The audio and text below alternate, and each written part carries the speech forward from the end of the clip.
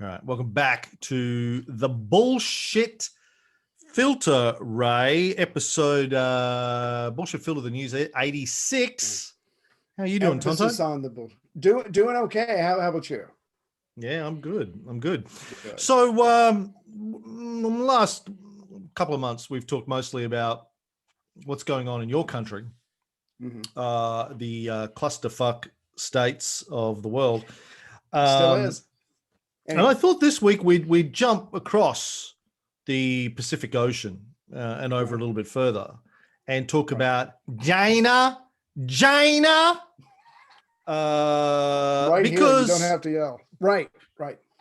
I was interested to see when Biden took office. A couple of things with the U.S. policy. How would it change the U.S. rhetoric? And policies on dealing with China, how would that change?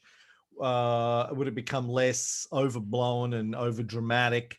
And also your position on Israel, and nothing's really changed. So one of the things, well, let me get. We're gonna take a bit of a different approach today. We're going to talk about something different. But before we get into that. In an iTunes review for our Cold War show the other day, a nice American lady referred to us as misogynists and anti-Semites and said that our hatred of women was terrifying. The only thing terrifying is our peni. No, we have said over and over again that we readily accept that women are more mature than men. They have the correct priorities in life, whereas men are all about testosterone, glory, and honor, which leads to warfare. We have said repeatedly that women should be running the world because they would do a much better job. I don't know where she's getting this from. We love women.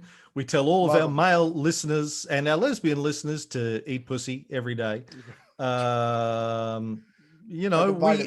What else can we do? Right. I have no idea.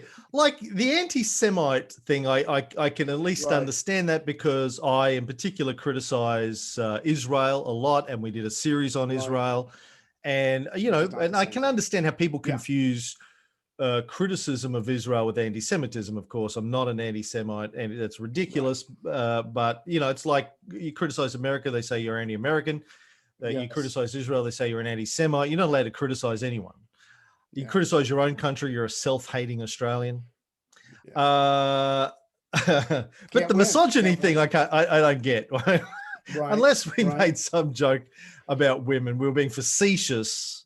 Right. She listened to 2 minutes of the show and decided we were being serious. Yeah. Anyway, well, this episode I'm sure is going to create a lot more criticism, but that's part of the game, right? That's as people said on Facebook to me, "Oh, don't take it, don't worry about it, it's okay." When I posted this other review, and I'm like, "Oh, she called us absolute pigs," was the title of her review on iTunes, and I was like, "Please, do you think I give a shit?" It's the name of our next album. Absolute idiots. Pigs. Yeah, absolute pigs. My next band, I think. Right. Unless you're pissing someone off, you're really not doing it right. I think there's a motto in there somewhere. But anyway, so we're going to keep being us. Well, I'm going to keep being me, and you're going to keep, trying to dodge the bullets that are shot at me. You're going to, hey, I'm the nice one. Shoot him. He's over there behind the bushes. Right here. Give me the gun. Anyway. Pucker, Ray. Pucker?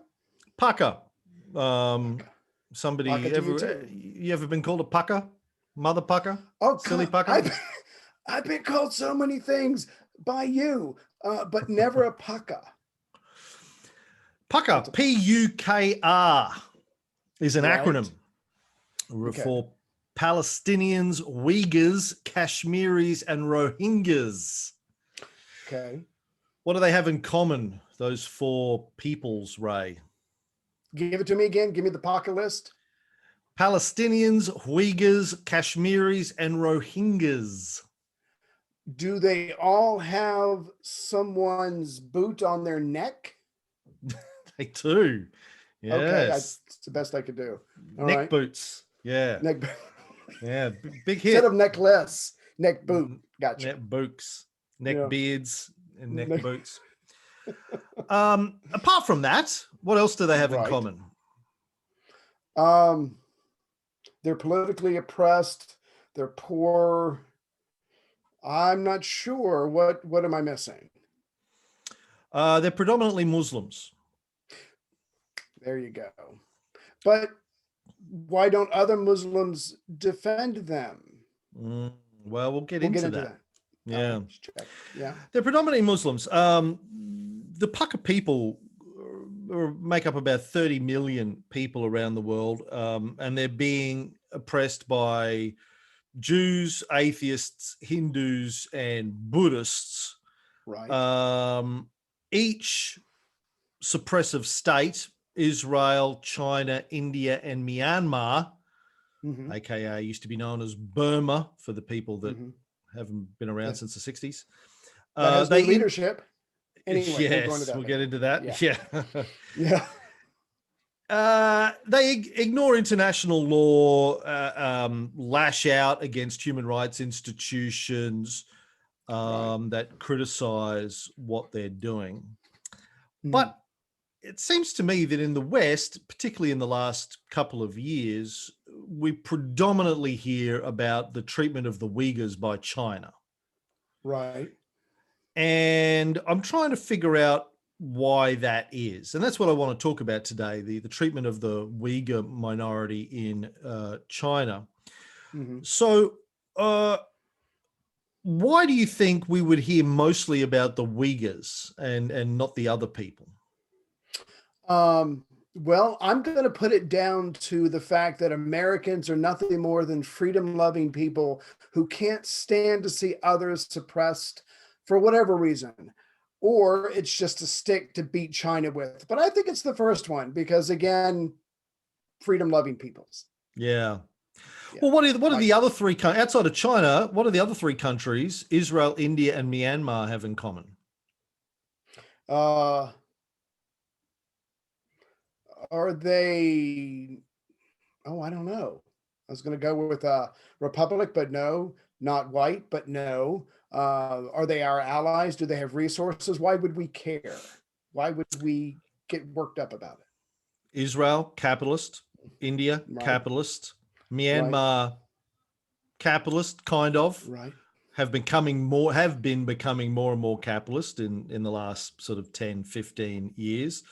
Opening up to foreign investment and all that kind of stuff. Hasn't been a completely smooth ride because every 37 minutes they have another military coup.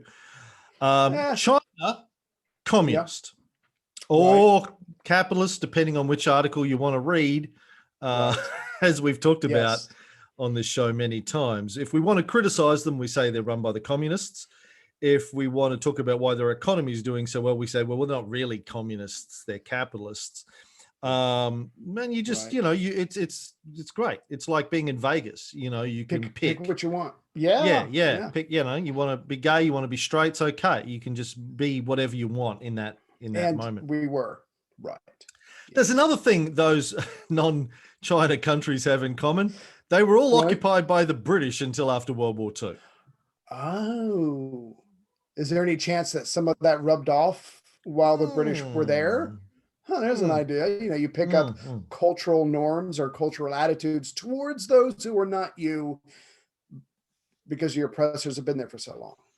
And, the West's ties with them are deep. We know that when Britain backed out of all of these countries after World War II, they didn't usually just walk out and go, tip of the hat, Gov. Lovely visiting. Thanks very much for all the shit that we took. And did a little Dick Van Dyke dance. Cheerio. Though he's American, but Cheerio. Cheerio, right, governor. Yeah. Tip tippery, tip to you. But like an American, he did a horrible British accent, and that's why we love him. Like Andy Rooney doing a Japanese accent in Breakfast at Tiffany's. Oh, very good, voyeur. Well, now people are going to say we're racist because we do Chinese and British accents. Japanese. Badly. Right. We know that when the British left, they tried to make sure that we talked about this in our Israel creation of Israel series on Cold War. They tried to make sure that the people that took power after they left would be friendly to British interests. Yes. Look, we've got to go because hate to steal, rape, and plunder and leave, but it's our time. Yeah. Well, we've run out of money. We can't afford to be. We've taken most of the good stuff that we're going to get. There's sort of diminishing returns now. We have to leave. The new owners, right? If the new owners could be a lot like us and could deal with us, because we get that kind of thinking, we really appreciate it. And we're not quite finished taking stuff out of your country, so we'd like. We don't want to have an army here to get access to your natural resources, but we'd like to still be able to. And we'd like to still get a good deal, right? Right. So they put people that they will hope we're going to be friendly to them. It didn't always work out, but that's what they try to engineer, as you would. And the other thing that these other three countries have is they're all kind of democracies, right? Fledgling in some cases with some problems. Myanmar, obviously, and as you indicated before, only a couple of days ago, there was another military coup in Myanmar. Aung San Suu Kyi, President Win Myint, and the rest of the NLD, the National League for Democracy, were imprisoned during a coup a couple of days ago. The army was rolling in while a nice lady was doing her yoga for the day on video, and that went viral. Look behind me. She's got an Don't army look at the tanks, rolling look at me. Yeah. Oops, I got myself out. Yeah. Love that. But we hear a lot of stuff about China's treatment of the Uighur people, and it's not without reason. There's some bad-looking stuff going on over there. It's a bad situation. Yeah. But there are some very strange aspects of the story. The more you dig into it, the more my bullshit filter goes off. There's a lot of question marks that go up. And we're going to try and touch on some of those. This isn't going to be a 20-part series. It's going to be 1-2 episodes at this stage, maybe. But I want to just touch on some of the things for people to think about. Now, I know people are immediately going to be saying, oh, Cameron's soft on China because he's a commie and he's going to forgive all of China's human rights abuses. I know that's where some people's heads will go. But, I think I've demonstrated that I try to be as neutral as possible. I mean, I try and be as fact-based as possible. I don't have any reason or motivation to protect China, not paid by the Chinese government yet. I wish. Although if they would like to pay, I mean, come on. It wouldn't take much. No pride here. Very low ceiling. Wouldn't take much. Anyway, please continue. Yeah. And I am no longer a member of the Communist Party of China. But at the same time, I don't buy into outrageous Western propaganda against countries that are America's economic rivals. So, and a lot of the media and government statements coming out of the West about China, not just the Uighur situation, but everything else, their treatment of Taiwan, their treatment of Hong Kong, et cetera, the South China Sea, all this kind of stuff. Yeah, it just reeks of Cold War propaganda. They're portrayed as pure evil people doing evil things because 24/7. They're communists, just evil. They wake up eating babies. Sorry. Xi Jinping wakes up every morning going, "What evil things can I do today?" Twirling his mustache, his waxed mustache. Him and Vladimir Putin have an evil conference call, evil High Zoom fives. call. Yeah. Right. With the president of Venezuela and North Korea, and they get him. I have like Dr. Evil is sitting in the corner, and he's there. Evil orgy. Yes. Yeah. Evil Inc. Getting back to America's whole axis of evil idea, everyone who doesn't agree with us is evil. Evil. There's no gray, all black and white. You're either with us or against us, and you're evil, and therefore we are justified in whatever we do to put you down. But it goes back to what you've been saying for years. When you listen to a news story or read a news story, who's saying it, what's their motive, and who benefits if you come on board with what they're thinking. So it's all propaganda, even though we're not supposed to use that word for Western media. But again, you always have to remember someone's trying to spin you a story for a certain reason, and you have to keep that in mind. And I fundamentally don't believe in evil. I believe that there are psychopaths, obviously. Yeah. Selfish people. But I believe that even psychopaths try to make rational decisions on what they think is in their best interests. And I think it's more helpful and more instructive when looking at what's going on around the world to think about it in terms of rational actors making rational decisions to promote what they think are their best interests. And so we should try and understand that and figure out, you can still criticize them at the end, but it's important to look at the real motivations for their actions, not just to paint them as evil, because that you benefit nothing from that. Yeah. I do have to say, just real quick, years ago, we said something pretty much just like what you said, and I got a nasty email about, you don't think there's evil in the world. And again, just to reiterate, what you're saying is it's best you probably get a more accurate picture to try to sit in someone's chair or in someone's shoes and try to think about how they think and what they would do. Yes, they're doing something that's completely self-serving. That's what psychopaths do, but you stand a better chance of fully appreciating the situation if you try to be them for 5 minutes versus just saying, you know what, they're evil and you can't understand them. That's not going to get you anywhere. You know, you have to apply a little logic to it. And for a lot of people, it goes right out the window and they just want to call people evil and they're done. And that doesn't in a lot of our Cold War shows, you know, talking about Stalin, Stalin, evil, done, next.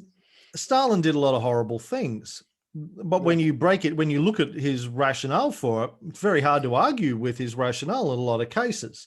He was trying something. Yeah. Well, he had a lot of big problems and he created big solutions. Yes. Anyway, China, of course, the West's problem with China is predominantly that they're communists, therefore they must be destroyed at all costs, because communism, socialism cannot be allowed to succeed, because if it does, people in the West will want it, and that's not good if you're a capitalist. We can't even get $15 an hour. Go ahead. Sorry. Right. So forget socialism for a second. And capitalism is working so well for people in America and the UK. Look at, their response to COVID, second to none. Gangbusters. Like the wealthiest countries on the planet just fucking nailed it. Per capita. Nailed it. Anyway. The second thing is not only the Chinese socialists, really, Communist Party, but socialists, as we've talked about many, many times. They're also, now the world's leading or nearly leading economy, and that's a major threat to American economic hegemony. So, one hand, we have to hate them because they're communists and they can't do anything right. Second, they're doing a lot of things right, and fuck, how do we deal with that? No. That's like me hating Tom Brady. I hate him because he's evil and because he's won like 25 Super Bowls, but mostly because he's evil. I mean, you're right. We can't have China succeed. Was he a member of the Brady Bunch? I don't know. Who you're talking about. The grandfather. But the point is, you're right. If someone is against you and they're doing really, really well, you cannot give them credit, no matter what the reality is. Exactly.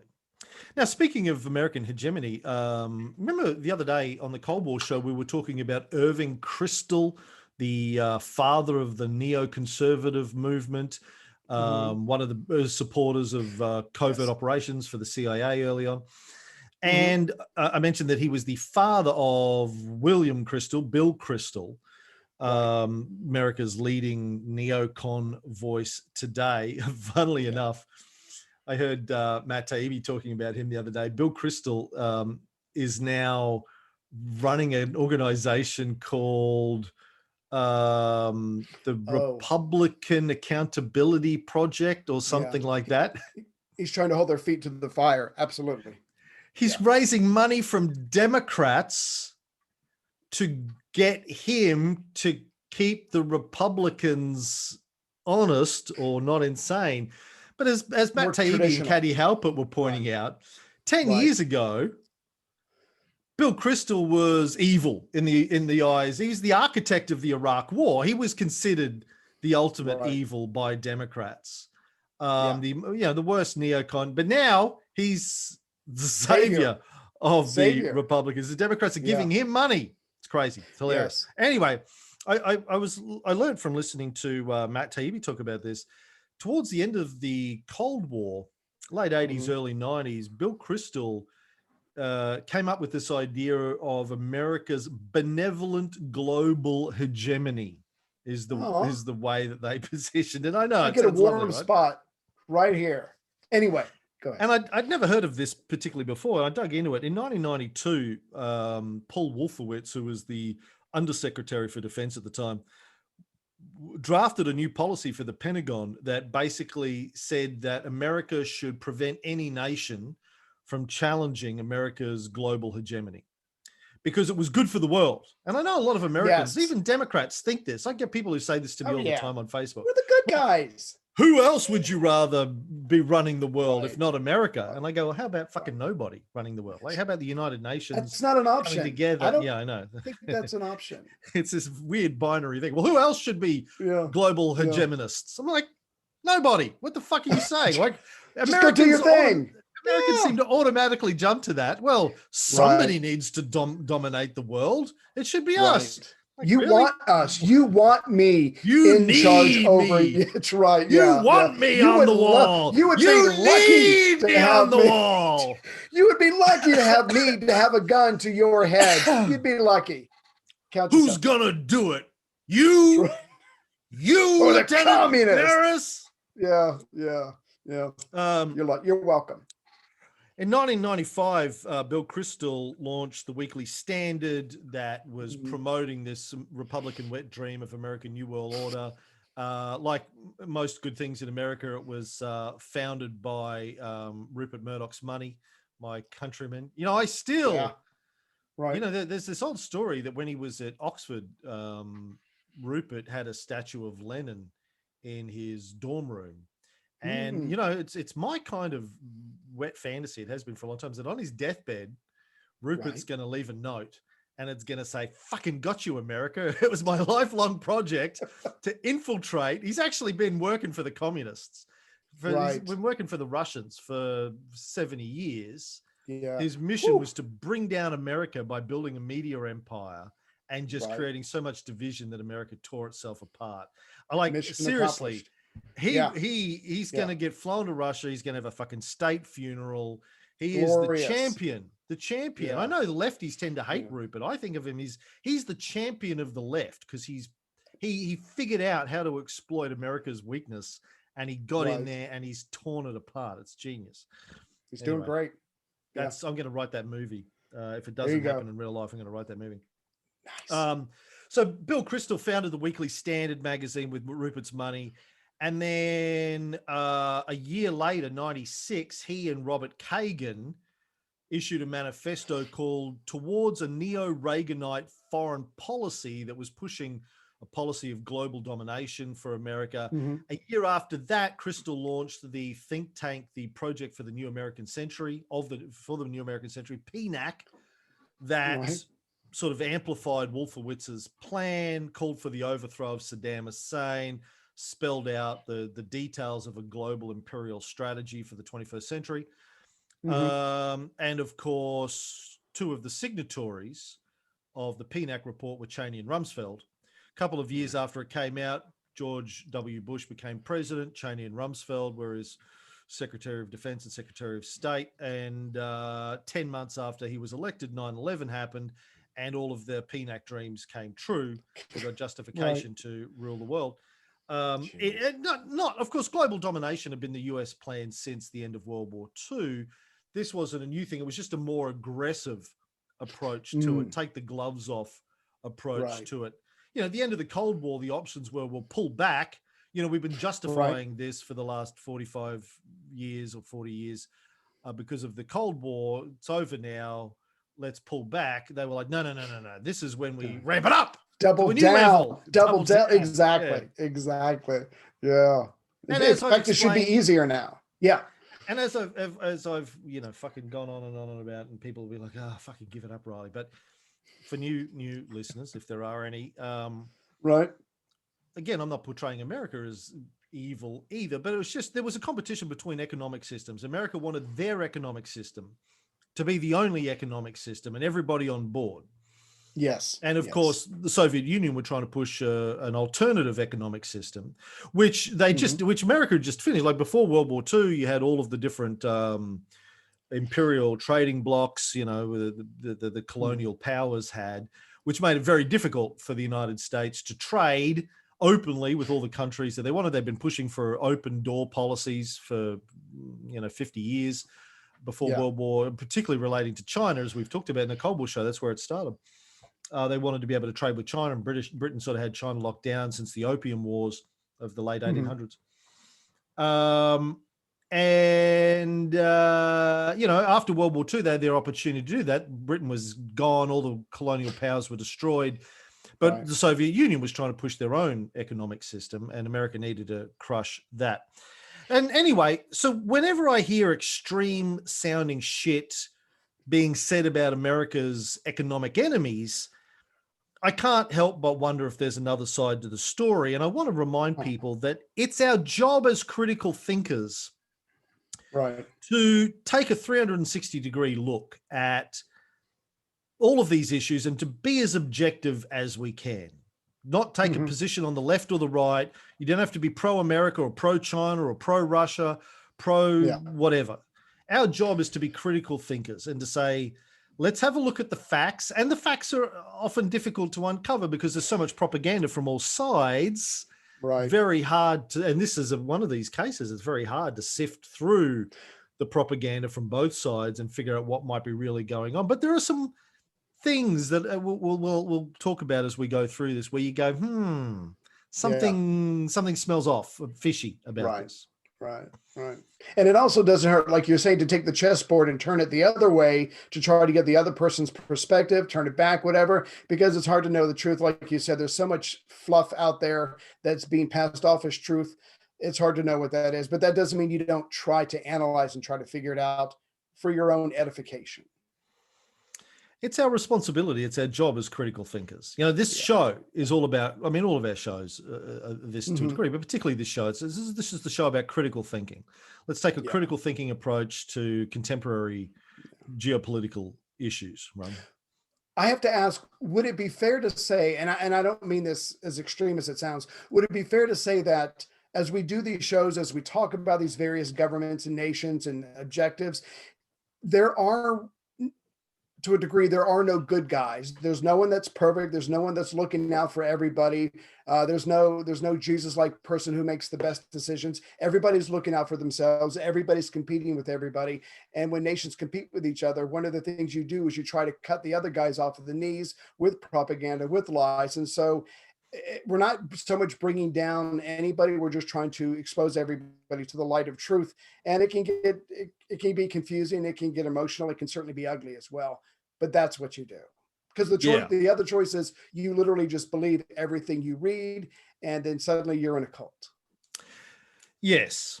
And as I've pointed out recently on this show, America is two cults, the Republicans and the Democrats, with a common foundation, which is the Pledge of Allegiance. If you look at, and this is the first thing that jumped out at me when I started studying up on the Uighur situation, is the comparison between the media coverage in the West of that and government rhetoric about that versus Israel's treatment of the Palestinians in Gaza. Very similar situations. But if you look at most of the Western media coverage and government rhetoric about Israel and Palestine, they'll say, well, yeah, it's bad, but come on, the Palestinians are trying to bomb Israel. Sure, their missiles suck and usually nobody gets hurt, but still, they justify Israel's actions to the nth degree. And America gives them billions of dollars a year to spend on weapons, protects them in the Security Council, massive, propaganda in the media, and you're not allowed to speak. You're not allowed to say anything about Israel, or you get called an anti-Semite, right? Yes, basically you're a Nazi. Yeah, exactly. Well, so the you other part of that compare is, that to how the rhetoric around China. Sorry. Go. Right. No, I apologize. And yeah, because if you can't say anything against the Israelis, and if you listen to the Western press, they're practically the victims here, even though they've got a massive military, almost second to none as far as quality. They're the ones who are victims of people who are throwing rocks and things like that. So it's absolutely ridiculous. Certainly when you compare it to the Uighurs in northwestern China that we're going to get to, I mean, it is night and day. But to hear the Western press say it, the Israelis are the victims in everything that happens to them, even though they're the ones who are counting up the bodies that they just go. I don't. It's just incredible what they're able to get away with, because America, like you said, will veto anything for them in a second. Yeah. And I know another part of the criticism I'm going to get is that I'm biased on the side of the Uighurs because I am a Uighur. I knew it. Yes. Yeah, I'm a white nigger because I like to wear my cap backwards and sing, NWA songs. So I'm a Uighur. They're Uighurs. I'm pretty sure that's basically what the country is. There's 11 million white guys, 50-year-old white guys who like to sing rap songs from the 80s and 90s.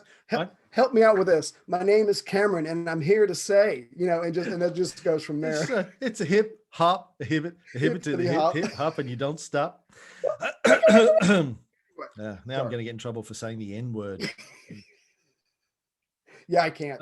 Do no, but you don't have our history, so you have a pretty bad history. Yeah, when you come to the locals. It's not that bad. Not American level. No, you have to work on that. Yeah. You have the good kind of slavery. Go ahead. Whenever there's coverage about Israel's treatment of the Palestinians in the Western media and government rhetoric, they forget to mention that the Jews invaded Palestine in the early 20th century with the deliberate intent, as we explored in excruciating detail, to push the Palestinians out violently and take over the country. Take the best land, push them out, don't give them jobs, only hire Jews, sneak them in against the British authorities, because the British authorities set the certain numbers and the Jews said, fuck that, fuck you, we're going to before that, the Ottoman authorities. The Ottoman authorities and then the British authorities, predetermined exploitation. Not debatable that's what happened. No. I mean, the evidence is conclusive, right? It's over the top. In their own words, by their founding fathers of the country. Hey, this is what we're going to do. That's right. What are you going to do? Yeah. And not to be too whatever, but because of the Holocaust, and let's be honest, that gave them a certain amount of coverage where the Holocaust, you brought up the Holocaust, you can't come down on them too hard. And they used that brilliantly. Yeah. Now, they get away with that. Mike Pompeo, up until recently, your future president. State. Yeah, future president Mike Pompeo, part of the, what did Danny call him? He's part of the West Point Mafia. Yes. Called China's treatment of the Uyghurs the stain of the century. When Joe Biden took office, his new Secretary of State, Anthony Blinken, I wonder how Nod is going. Dinkin, Blinken, and Nod, children's story. No, anyway, there we go. He was asked during his confirmation hearings whether he agreed with Pompeo's conclusion that the CCP committed genocide against the Uyghurs, and he said that would be my judgment as well. So the Biden administration is sticking to this line of calling it a genocide. Both of them, the Trump administration and the Biden administration, love Israel, who runs a concentration camp with 5 million Palestinians in it, 2 million in Gaza alone. In fact, Blinken's paternal grandfather, Maurice Henry Blinken, was an early backer of Israel, commissioned an economic feasibility study back in the early 20th century that argued that an independent Jewish state was economically viable in Palestine. And I remember there was a huge amount of controversy in the media when Trump announced that the US embassy was moving from Tel Aviv to Jerusalem. Of course, Jerusalem is contested. Both the Jews and the Muslims and the Christians all think that they should control Jerusalem. So since the creation of the state of Israel, the capital has been Tel Aviv, and the embassies are supposed to be in Tel Aviv. A lot of controversy when Trump moved it to Jerusalem, because it was breaking Yeah. with 50 years or 60 years of US policy. But the the Biden administration has said they're keeping it there. They're like, yeah, actually, we agree with that. We think that was spot on. And no outrage, surprisingly, in the media about that. Gets slipped through the cracks. Yeah.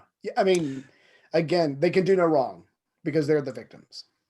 Israeli journalist Amira Hass wrote in Haaretz in 2019, the Gaza Strip today is a concentration camp. In the Gaza Strip, which is closed off like a confined and separated camp, live some 2 million people in one of the most densely populated places in the world. About 70% of them are the descendants of refugees expelled from their homes.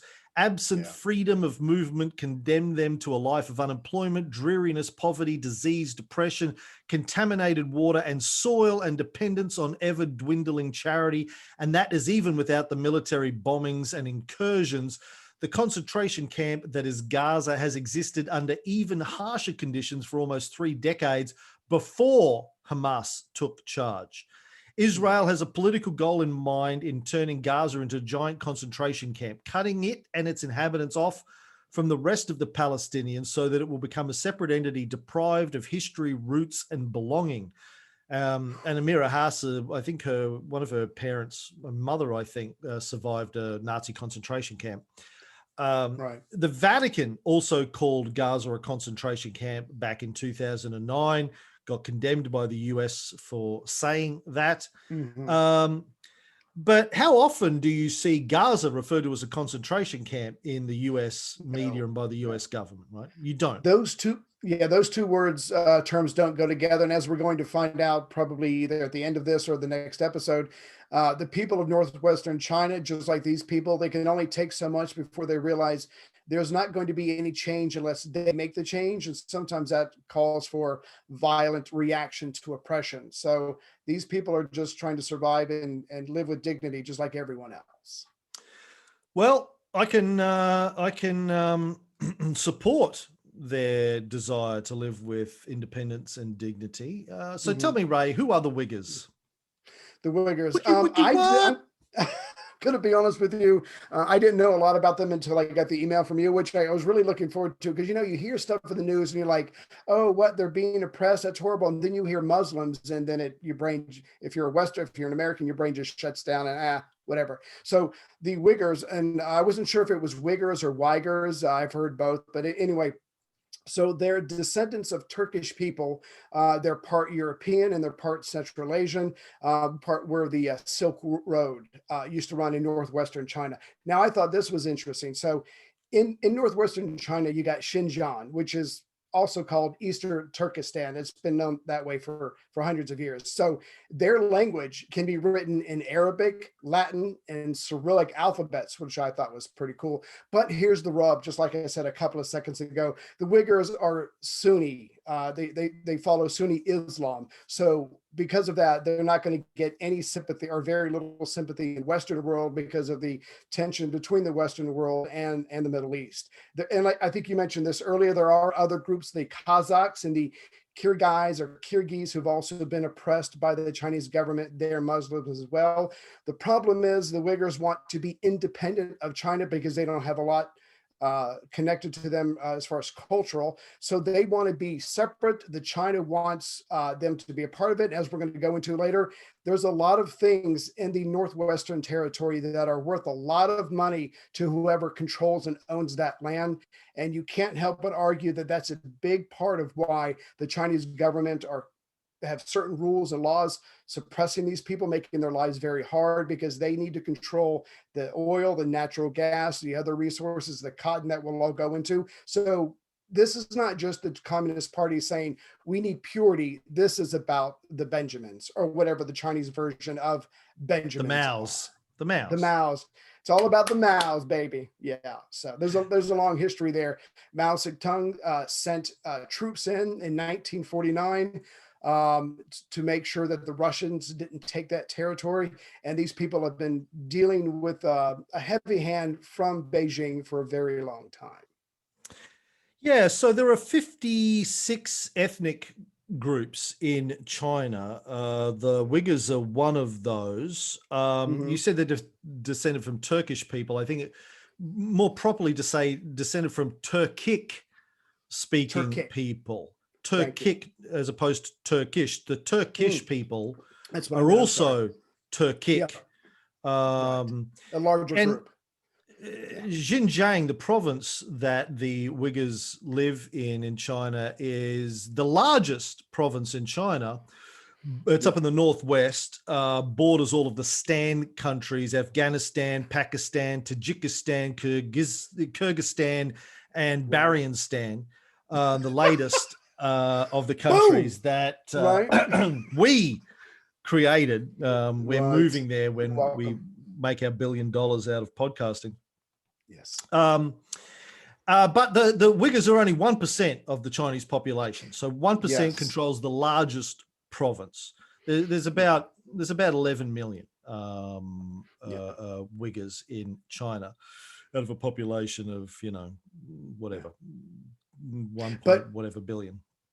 Right. Adding on to that, and we'll get into this later, the Han people in that area make up about 39% of that population, but that number is rising fast because that is a policy or a goal of the Beijing government to ship in as many people as they can to try to to dominate that area as well. So even that's starting to be taken away from the locals, the natives. Pretty soon they will truly be a minority in their own lands.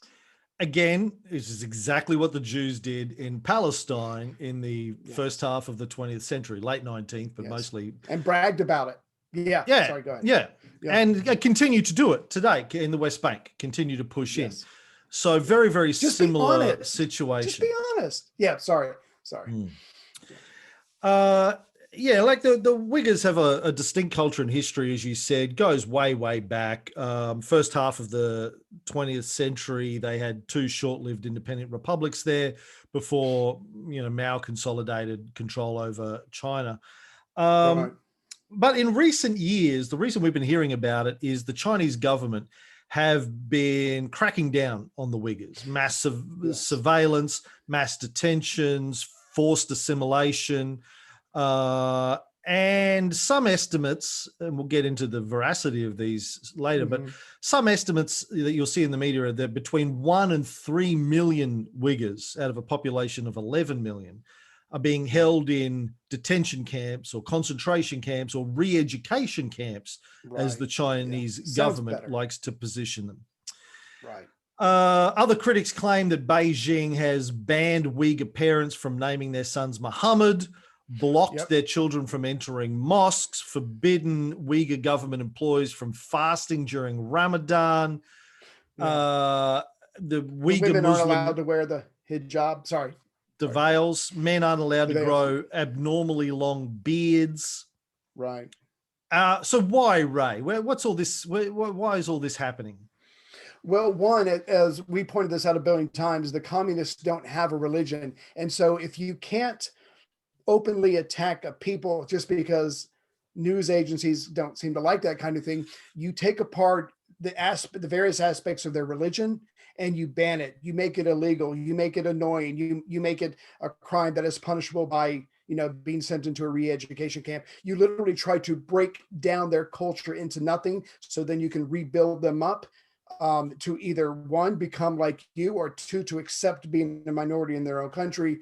But you could say that it is the Beijing government that is scientifically just breaking down this culture to try to win over these people. Because like we said, there's trillions of dollars worth of natural resources in this area. And so they could just literally be trying to find any and all ways to stymie these people's growth or culture. It's cruel, but it's brilliant. How many Muslims are there in China all up? Not just Uyghurs, but all Muslims. I don't know. Tell me. Estimates between 60 to 80 million. Right. Out of a billion? How many people are in China? A billion? Just over a billion? 1.2, 1.3 billion. So the rest of the Muslims aren't getting treated this way. Why would they be giving the Uyghurs special treatment? Could it be, and I'm just gonna go through this list. You've already mentioned some of it. 1/3 of China's natural gas is in this territory. 40% of China's oil is in this territory. 60% of China's cotton is in this territory. And it's also, and you probably know more about this than I do, that big initiative that China has about the One Belt, Belt and Road. multi-billion Belt and Road. Thank you. The One Belt Initiative, I think. OBI, yeah. There we go. The multi-billion-dollar project where they're trying to make it easier for countries to trade with China, and a part of that road or process is going to go through Xinjiang. So again, it seems to me, not to be too blunt, but it seems to be all about economics. But we're talking about trillions of dollars, and I'm not sure if anybody's freedoms or cultural independence is worth a couple of $1 trillion. Well, look, that's definitely seems to be part of it. But China says that its crackdown is necessary to prevent terrorism and root out Islamic extremism. Yes. Yes. They say we're not anti-Islam, we're not anti-Muslim, we're not anti-Uighur, we are anti-extremism, anti-terrorism, and anti-separatism. Right. So there is a long history of Islamic extremist terrorist activities in this region. I'm going to run through. I'm going to run through some of these stories now. Right. Call them terrorists or call them freedom fighters who want independence. You say tomato, I say tomato, but probably the other way around. You say tomato. Yeah. So in 1990, there were riots in a place called Bahrain, the Bahrain township, led by Zadin Yusuf, who's the leader of the East Turkestan Islamic Party, or he was, which was an Islamic extremist organization founded by Uighur jihadists. He led a protest with around 200 men. They were protesting this increasing immigration of Han Chinese into the Shinjang area. It turned violent. He was sort of influenced by the success of the Mujahideen in kicking the Soviets out of Afghanistan with the help of the CIA, of course. They have links, the East Turkestan Islamic Party, to Al-Qaeda. And again, a lot like Palestinians protesting the Jews moving into their country in the 20th century and still today protesting the occupation of their land by the Jews. The protest turned violent, 23 dead in total, 21 injured, 232 Uighur fighters were captured. Then 1997, February 25th, 3 bombs exploded on 3 buses in Xinjiang. 9 people were killed, including at least 3 children. Another 28 people were injured. July 2009, in the capital of Xinjiang, a place called Urumqi, there was a series of violent riots over a series of days. The first day involved at least 1,000 Uyghurs with a protest that turned into violent attacks, mainly targeting Han Chinese people. Chinese army got deployed. Hundreds of Han people clashed with police and Uyghurs. About 200 people died, most of whom were Han Chinese. Another 1,700 people were injured. Lots of buildings and vehicles were destroyed. In 2011, there was an attack at a place called Hotan, a bomb and knife attack. According to witnesses, the assailants were a group of 18 young Uighur men who opposed the local government's campaign against the burqa, which had grown popular among older Hotan women, but were also used in a series of violent crimes. The men occupied the police station, killed 2 security guards with knives and bombs, and took 8 hostages, yelled religious slogans associated with jihadism, replaced the Chinese flag on top of the police station with some sort of jihadi flag. There was a firefight with the police. 14 attackers were killed, 4 were captured, 6 of the hostages were rescued alive, but a couple were killed. There were more terrorist attacks in Xinjiang in 2014, 2015. According to a Chinese report published in 2002, between 1990 and 2001, the ETIP, or the ETIM, the Islamic fundamentalist group, had committed over 200 acts of terrorism in that period in the region, leading to hundreds of deaths and many hundreds of injuries. the UN Security Council listed the ETIM as a terrorist organization in 2002. Right. In a 6-minute video in 2008, an ETIM commander, Thefula, warned Muslims not to bring their children to the 2008 Summer Olympics in Beijing, saying, do not stay on the same bus, on the same train, on the same plane, in the same buildings, or any place the Chinese are. Wow. So there is undeniably a long history of Islamic terrorism in this part of China. Now, I'm all for independence movements. I'm all for people fighting oppression.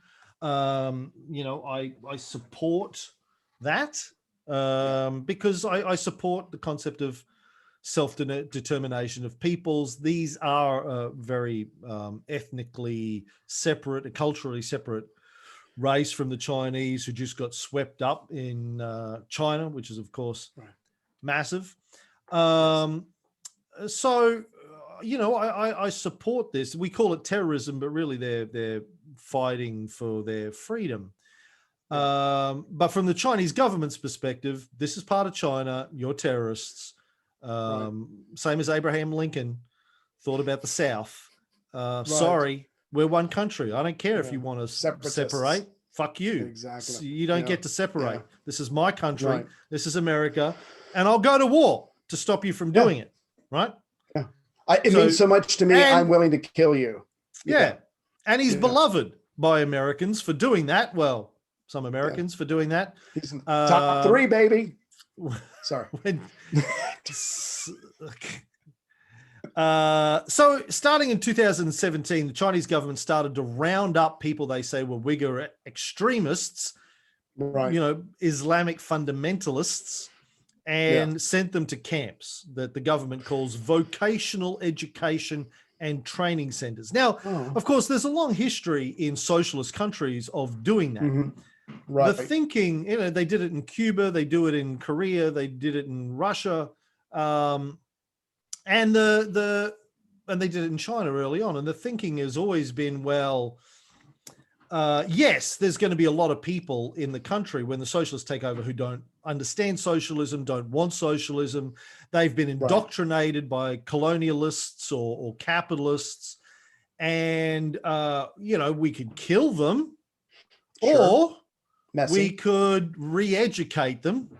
But we can't have them committing acts of terrorism in the streets. We can't have them overthrowing the country or trying to overthrow the country. We can't have them aligning with foreign. Look what's going on in America today and what happened in the Cold War with the Red Scare and all of that kind of stuff. Exactly the same mindset. We can't have people who who disagree with our political system that are being supported by foreign governments interfering in our affairs. That was the basis of McCarthyism and the Red Scare and the CIA, the FBI's routes under Hoover in America. It was the justification for Roosevelt rolling up all the Japanese in World War II and putting them in concentration camps in California.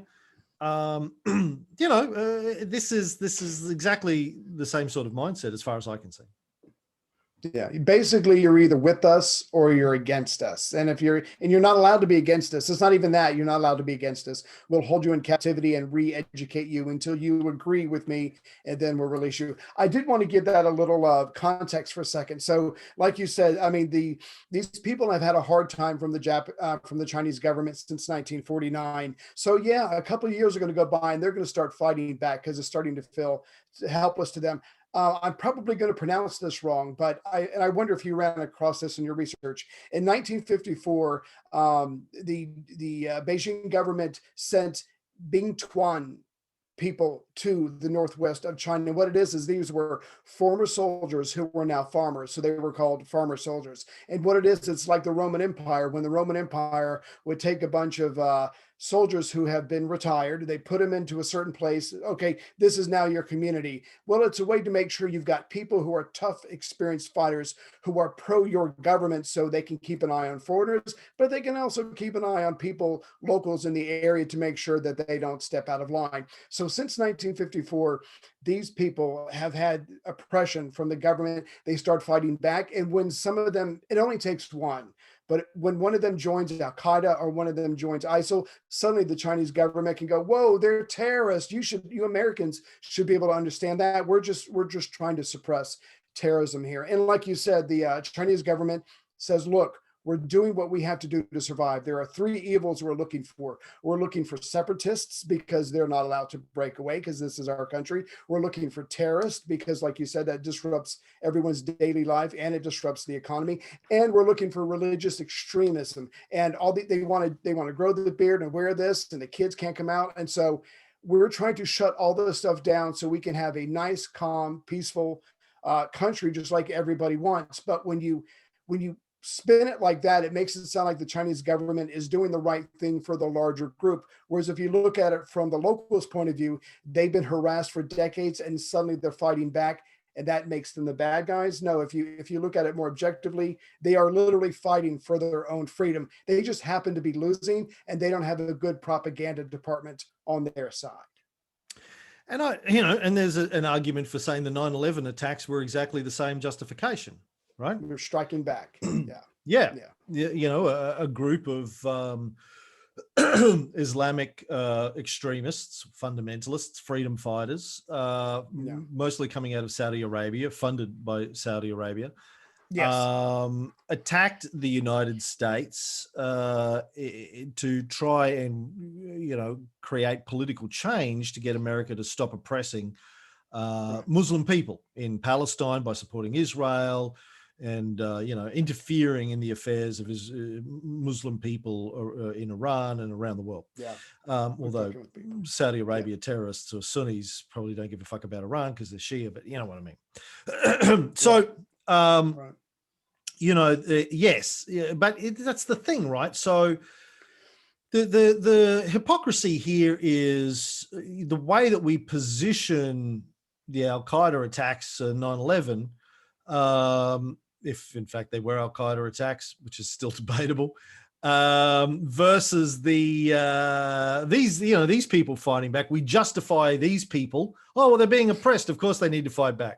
But these people, well, they hate us because of our freedoms, right? It's right. The hypocrisy in the dialogue and the rhetoric and the propaganda is the thing that irks me. Double standard. Now, some former detainees or people who claim to be former detainees in these camps claim that people are subjected to torture and sexual abuse. People are killed. Sterilizations, forced. Supposedly. Yes. But China says, since the measures have been taken, there's no single terrorist incident in the past 3 years. This is a few years old. Xinjiang again turns into a prosperous, beautiful, and peaceful region, according to the Chinese government. The preventative measures have nothing to do with the eradication of religious groups. Religious freedom is fully respected in Shinjang. Now, about a year ago, I had John Pabon come on the show without you. Right.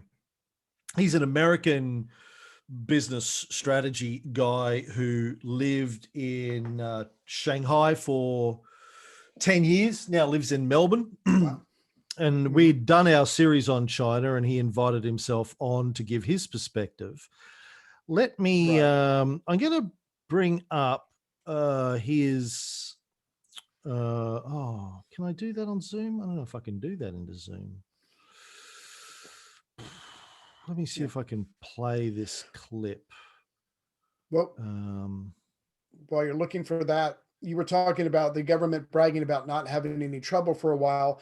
Well, I guess that could happen when you lock up at least 1 million people of the supposed more independent thinkers or people who are willing to fight for their freedom. So again, you lock away 1 million people, the streets are going to be a little more quiet.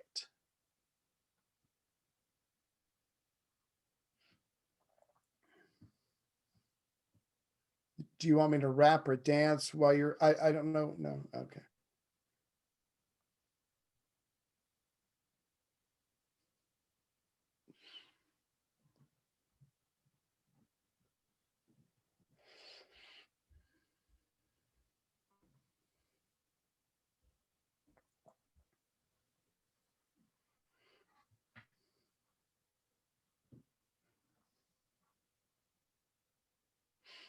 Can you hear me?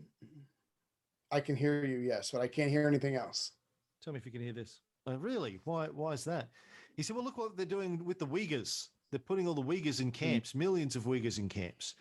Like, okay. But the United States has the highest incarceration per capita on the planet, as far as I know. Why? Well, no, it's the Uyghurs we got to worry about. Tell me about China's position on the Uyghurs and what you think about why they are dealing with that in the way that they're dealing with it. Yeah. So if you care to. Oh, yeah, that's fine. Thank you. Thanks for the out. So a few years ago, I actually had the opportunity to do a bit of a vacation through Shinjang, which is where the Uyghurs are from. And that was before everything, the shit hit the fan. So I was sort of there as they were starting to close up, allowing foreign tourists to go. I still even had to have a Chinese escort with me. So I was kind of there during that time. And you see these pictures of the quote unquote camps, whatever you want to term them, the camps, the education, facilities, whatever they are.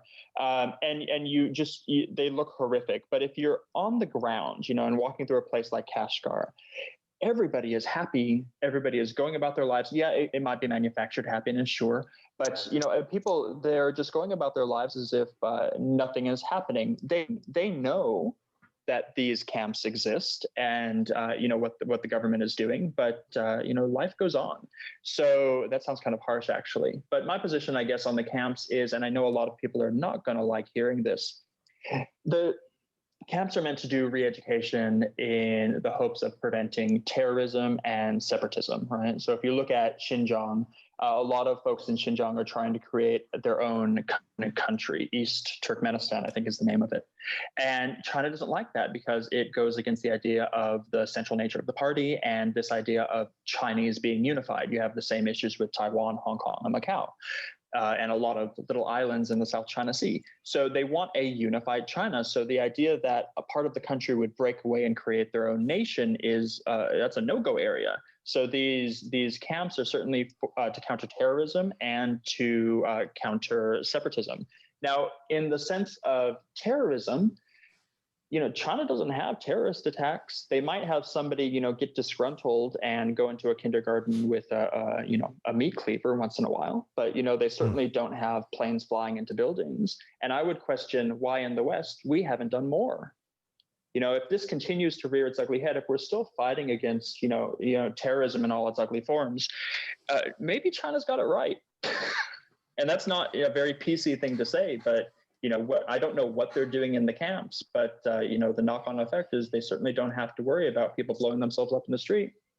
And the people that, of course, America's terrorism problem today is mostly to do with American terrorists, but like domestic homegrown terrorism, according to the FBI, that's the problem. In the West, we hear them, it's said that they're committing cultural genocide against the Uyghurs. They're not killing them. It's not, straight up homicidal genocide. It's a new kind of genocide. Yeah. People say it's cultural genocide. They're trying to wipe them out. But again, there's 11 million Uyghurs in Xinjiang and only a million, some numbers say 3 million, even the million number is dubious. Trying to say it's thousands. If they wanted to wipe out this population or oppress them culturally, why wouldn't they be doing it to all 11 million of them? Maybe they can't build enough camps. But this is China. They can build a hospital in a day to fight COVID. They can build some camps. So, and again, there are 60 to 80 million Muslims in China. So in the West, this gets portrayed as, well, they're like you said before, they just hate religion, so they're wiping out. No, that doesn't make any sense. They're targeting a percentage. I mean, a million people is a lot of fucking people, but it's 10%, small percent, of 10% of the Muslim population, right? It's very, very surgical and specific. It doesn't justify it, but I'm saying paint it as, well, they hate religion, and so they're trying to, and they hate Muslims, and so they're trying to wipe it out. Doesn't make sense, because they're only doing it to this small. So, does the Chinese story and the story that John positioned there a year ago make sense? They have Islamic extremism, terrorist events that have been going on for decades in this region, led by Islamic. I mean, America had one Islamic terrorist event happen in its country, and you lost your goddamn fucking minds. You invaded countries that had nothing to do with it, on the basis that we had one attack and one is one too many, right? That's right. China had like our military. Yes. China had 30. Right. And they didn't go and invade countries. Yeah. They took their own country and they said, we're going to find the extremists and we're going to do something about them. Again, not saying that's good or bad, but, look at the comparison between the approaches. Well, again, to borrow from some movie, that you could easily argue that the Chinese are using a scalpel, whereas Americans use a broadsword to deal with our problem. So but let me give the American perspective. When you say people in China, Muslim, it doesn't matter that they're not Christians, they're Muslims, are having their religion oppressed. Americans generally get worked up over that. Don't tell me that I can or whatever believe or God. So we get a little worked up. And then if Americans spend 30 seconds on YouTube and they find out that the people in this, I don't know if it's a province or a region or whatever, because I just don't know China that well. You have to carry around an ID card, like show me your papers from Germany. Well, the Americans get worked up. And then if American hears, you have to show this ID card at security checkpoints, gas stations, and other places like that, just to be able to make a purchase or whatever. Well, Americans really get worked up. But the point I think you're trying to make is, I think the Chinese government is trying to apply just enough pressure in various ways to try to fix this problem, versus throwing, like you just said, why are all 11 million people forced to go to classes? Why aren't they all in these various camps or prisons or whatever? So it sounds like the Chinese government is trying to do just enough to fix the problem without going in there and smashing it, which is pretty much the American way to do things. Another thing that gets Americans worked up is a lot of these re-education camps within the same walled territory, because it's all walled off, has cotton production factories in there. Well, the Chinese government says, well, those people are in there for weeks, months, whatever, and it costs a lot of money. But if we can get them to at least work while they're there, they're helping pay for it, versus we see that as a form of slavery. Oh, you're making them work against their will in the cotton factory, whatever, which brings up a lot of things in the American psyche, is going back to the pre-Civil War days. And so there's a lot of triggers for Americans. It's just that we don't care very much because there's Muslims. But again, it sounds like the Chinese government is trying to apply a scalpel versus a broadsword. Americans get worked up over being asked to wear a mask to prevent people from dying. Don't you tell me. Yeah. Americans are like, oh, slave labor in Chinese factories, that's terrible. Now, let me get my iPhone. It costs too damn much. Sorry. That was made by workers in Chinese factories that are effectively slave labor. Yeah. Oh, what's that line from that song, Flight of the Conchords? If my sneakers are being made by little children, why do my sneakers still cost so much? Something like that. Anyway, it's offensive, but it's true, and it's funny. Anyway.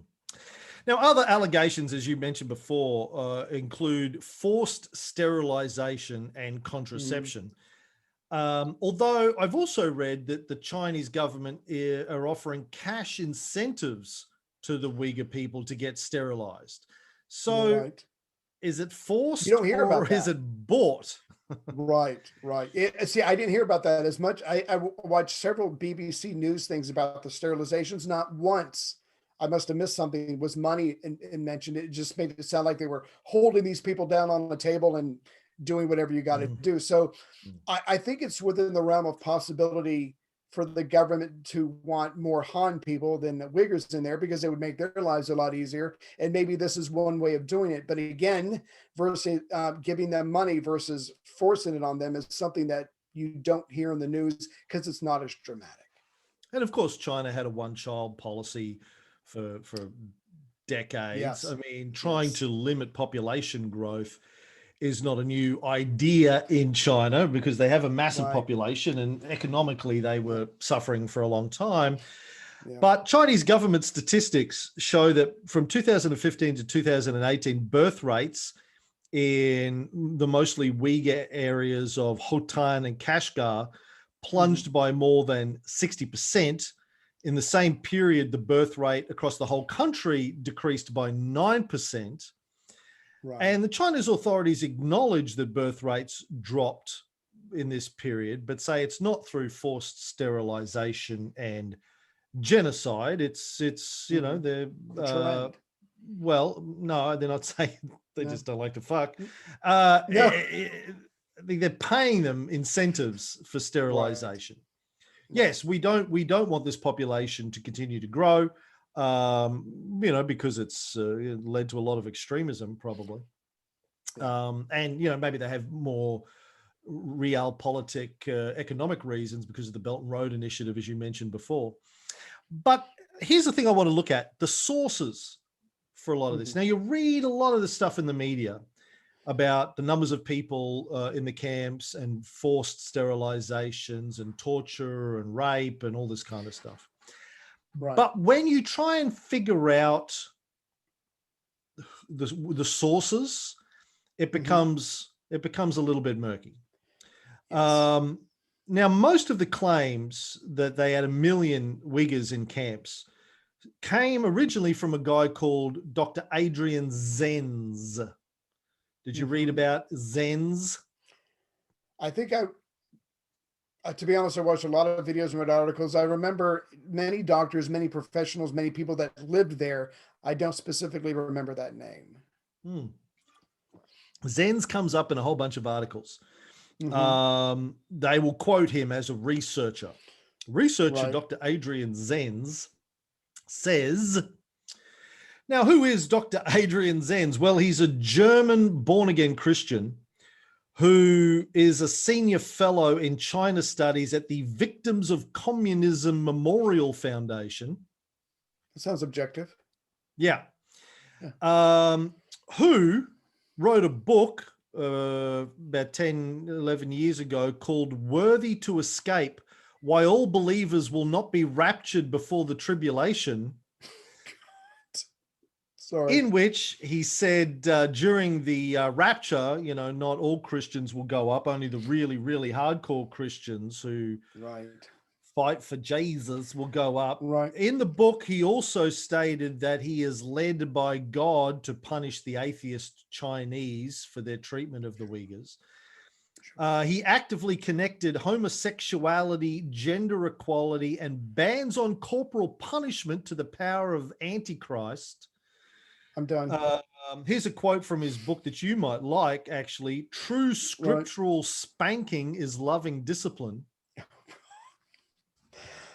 Tell me more. Yeah. He neither reads nor speaks Mandarin, has, I think, been to Xinjiang. Well, no, been to China once. Never been to Xinjiang. He's been to China once on a tourist visa. To a prostitute. But he's the guy who's the go-to expert on Uyghur imprisonment in Shinjang for Western media. He's an absolute fucking nutter. Wrote a book on the rapture. Absolute fucking nutcase. Yeah. But he's the guy. And all the media articles that I read, like mainstream Western media, quoting him, never point out that he's a fucking nutter. Right. Maybe he could use the Jewish space laser to punish the Chinese government, but I might be overstepping myself. I don't want to tell God or Jesus what to do. Confusing your Christian nutters. Crossing my streams. Sorry. Yeah. Sorry. Anyway. So he's, I mean, he's the go-to guy on this, and and where his million number came from, nobody knows. Now, then there are these. Now, Yeah. there's a number of people that have come forward, claimed to be former detainees of the camps, and said they were tortured and, you know, raped, and Right. they saw people executed and this kind of stuff. And Mhm. I only had time to drill into one of these people last night. I just picked one at random. Yeah. There's a woman called Mirigul Tursun. Mhm. She claims to have been tortured in a camp, sexually abused, and one of her sons died in China while she was in a camp. Now, she was raised in China. She's a Uighur, moved to Egypt to study English at a university, met her husband over there as Egyptian. They had triplets. In 2015, she went back to China to spend time with her family and claims she was immediately detained and separated from her infant children. She says she was released 3 months later. One of the triplets had died. The other two had developed health problems. And she's been in the US testifying, I think, in front of US Congress and speaking in front of the media, etc., about all of this. Mhm. But how did she end up in the US testifying to Congress Yeah. and being the darling of the US media on this? It's very hard. Like Right. the first question that comes into my mind is, how did she end up in the US? You know, who bought a ticket? Not only did Right. she end up there, she lives in Virginia now. Oh, I should Got- go pay her a visit. Got a Hey, nice house, got a neighbor. car. Yeah. Yeah. Well, And she's even had a yeah. cool comic made about her story, a graphic novel made about her story. Who That's our paid for that? idea. Who funded Yeah. that? Yeah. Now, China, of course, tells a different story.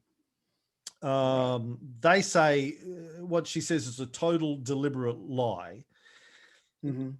In their version of events, in April 2017, she was detained by police under accusation of inciting hatred and discrimination among ethnic minority groups, was Right. detained for 20 days and released. Mm. After she was released, no, she said it was released after she was discovered that she was infected with a contagious disease. Oh my God. Don't know what that. You can't just write this stuff. Woo. Yeah. Sorry. Now, Chinese government says she was entirely free in her time in China, apart from her 20-day detention. And they say that their records say she made 11 trips outside of China between 2010 and 2017. She said she didn't go back there till 2015. To countries including, or maybe that was before she immigrated, she met her husband in Egypt, I don't know. She went to Egypt, the UAE, and Turkey. She was never arrested in Urumqi, never went to jail, never sent to any one of the re-education camps.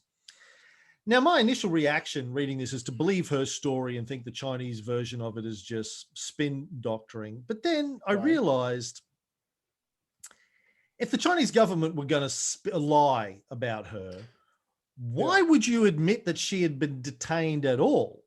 Why not just say, never heard of her, don't know what she's talking about, completely making it up, you know, just complete bullshit.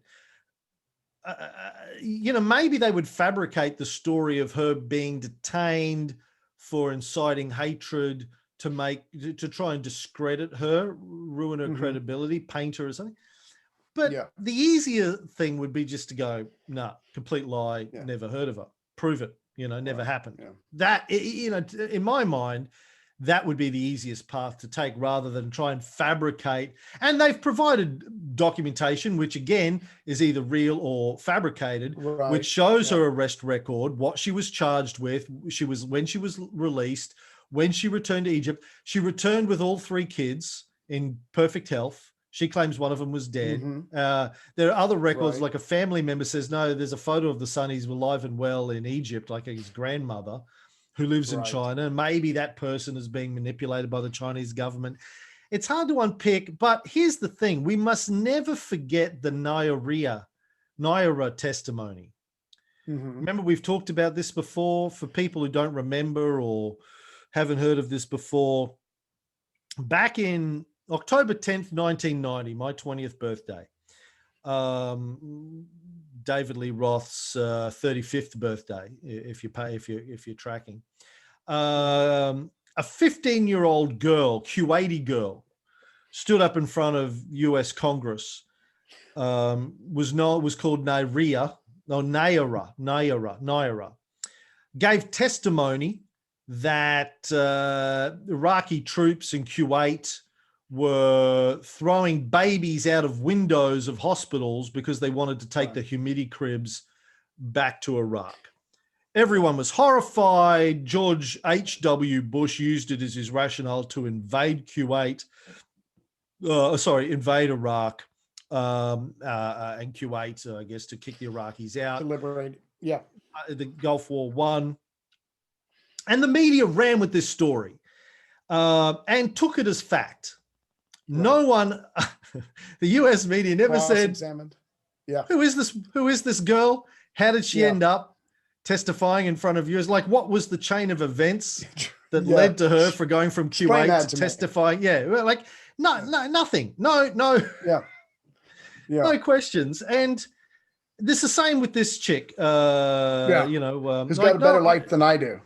Yeah. The journalists aren't going, how did she end up here? It's just, like, that would be the first question. Head scratcher. Yeah. How did that happen? Like, I'm no longer an award-winning journalist, Ray, as you know. But when you were. But the first thing that pops into my head when I see these people is like, well, what's your credibility? Right. How did you end up here? How do I know that you're telling me the truth? Who's paying you? What's your agenda? Cui bono? Cui bono. There we go. She cui bonoed all over the place. Sorry, go ahead. Now, Naira, we didn't find out for years later that she was actually the daughter of the Kuwaiti ambassador to the United States. Saud al-Sabah, her name was Naira al-Sabah, and that her testimony was organized as part of a public relations campaign for something called the Citizens for a Free Kuwait, which was run by the American public relations firm Hill and Knowlton, who were being paid millions of dollars by the Kuwaiti government. Right. And the story was completely fabricated. The story was complete bullshit. Didn't find out until years later, after the American invasion of Kuwait, that was in large part morally and ethically justified by her testimony. So when I see similar things happening again, I have to go, okay, maybe this is true, but why should I believe you? And why is the media believing your testimony without asking hard questions? Exactly. Yeah, another way to ask that is, why should I, without doing any due diligence, just accept as fact everything you just said and deny the Chinese government? I mean, at the very least, there should be some partial examination. If I can just give another quick example, I recently did an episode about the expression, and we all have heard it, loose lips sink ships. Well, it turns out that was made up by, think of it as a military ad agency, right? When after Pearl Harbor, they made it up for the American government. It wasn't true, but it sounded good. It was snappy. It's an alliteration. And what it is they were pushing that narrative because they were trying to keep the merchant marine in line, who were bitching about losing so many people and getting paid shit. But the point is, even something like loose lips sink ships, that we all know for a fact is true, was made up right after Pearl Harbor. And it sticks in your head, and you just know it as a fact from now on. So stuff like this always has to be checked and verified. And like you said, most of the time it's not, because the story is so horrific that you just take it as gospel. So these sailors were like, no, like, stupid fucking ideas sink ships. Right. Leaving our Navy sitting in Hawaii undefended, basically begging the Japanese to bomb us, sink ships. Right. And they were like, fuck you, don't criticize us, loose lips sink ships. Yeah, and not only that, but basically what the merchant marine kept trying to tell the Navy officials, they were like, look, I don't have to go out and tell my where I'm going to my girlfriend, who can then tell a spy because she's stripping him, and then it could be radioed to a German sub sitting off the East Coast. The point is, the German subs knew where all the ships were going, because if you go from anywhere to New York, all you got to do is sit off the coast of New York or coast of North Carolina, and dozens of ships will go by, and hundreds were sunk within the first couple of months. But the point is, it sounded good. The military used it to beat the civilians over the head. And that's why things like that are done, because it serves some larger purpose. Mm. Well, getting back to serving a larger purpose, we talked about China's Belt and Road Initiative, BRI, and the importance of the Xinjiang region, both in terms of its natural resources, but also as a transport hub to Asia. As China continues to build out its Belt and Road Initiative. And China, yes, like we saw with their approach to COVID a year ago, which got criticized around the West for their heavy-handedness of the way that they were implementing draconian measures of lockdowns and forced masks and forced quarantine, which the rest of the world then followed very quickly in their footsteps to varying degrees of success. Anyway, sorry, go ahead. We criticized the Chinese for doing it. Oh, look at the crazy communists. And then we went, oh, shit. Lock people down. Lockdown. And of course, in retrospect, their approach was incredibly successful. Despite, I remember when we were talking about it on the show a year ago, some of the China critics who listen to our show were saying, oh, China's lying about it. They're not really revealing the numbers. And there was a lot of stuff coming out about, it's still rampant in Wuhan. They're lying about it, but no evidence has ever come out to back that up. Right. They're secretly burying millions of dead bodies. And no evidence ever came out. And that story disappeared very quickly as the West's own problems manifested. And they've had a couple of breakouts since then, and they've seems to have been transparent about it, more breakouts so that they've had to shut down. But but China does take a very different approach. They have this concept of social management. It's like, you don't give people complete freedom to just do whatever the fuck they want. No, we've got a vision. You got to follow our vision. Don't buck the fucking trend. We're trying to build something here. And as I've said before, it works. Yeah. Look, again, and this gets back to Stalin's thinking as well, I think. Look, we got a lot of people in this country. A lot of them are starving. We need to do some shit. We need to do it quickly. We don't have time for you to fucking argue. Get in line or get out of the way. And China's pulled its country out of poverty in the last 40 years as a result of that. From abject fucking poverty, probably one of the worst poverty per capita on the planet 50 years ago, to number one or number two economy in the world today, because their thing works. You may not like it. It may be heavy-handed, but it works. It gets results. Yeah. And so they did the same thing with COVID. Sorry, fucking no. Shut that shit down right now. And it worked. They do it with this. Now, would I like to be on the end of a stick like this? I mean, if China took over Australia and I was criticizing, I know I'd end up in one of these camps. Don't get me wrong, in a heartbeat. I'm surprised I'm not in a camp like that now, quite honestly. If Winifred had her way, I would be in one of these camps. But so I get it. I'm a loudmouth, fucking annoying piece of shit. A lot of governments, Chinese government would probably hate me if I was Chinese, if I lived there. But on the flip side, what they do works. You like it, don't like it, it works. Right.